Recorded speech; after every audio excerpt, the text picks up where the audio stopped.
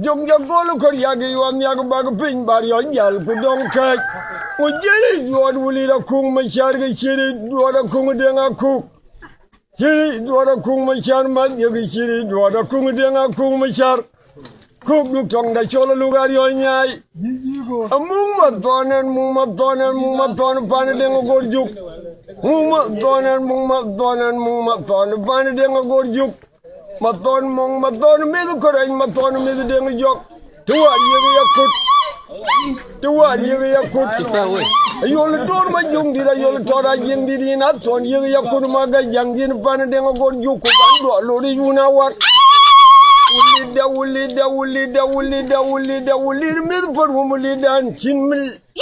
Panado. Hook tongue the can. Hook look tongue the Chola Lugario Yai. Lugario Jam, Kungadanga Kugiti, Yachil Matam Gutia, Ganya can tip. A Kuga cook, the bag of Pina Wachola Baku and Young Wake up Kubakai. A Kungadanga cook.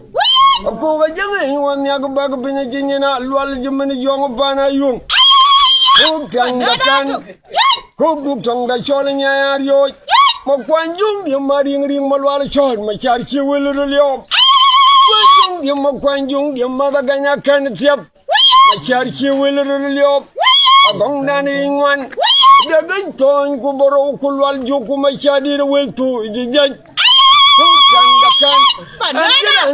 Jiran, what dog Madinga would dim with your dog, why Mokwanjuk? Malwala Chord. I didn't know yet, and you bid your going to a came and a young. What they jolala? And you go, Keril, and you come on your man, Wooding and Yadiang, my own Keril. Young my own Jolabook, a wide animal fine joke, but we didn't buy Log Wall Rock. Cook Jol for the Laru, Jol for a ping me the thing a day joke. What did my lamb did for in a cake, a drunk ping a got it on a white.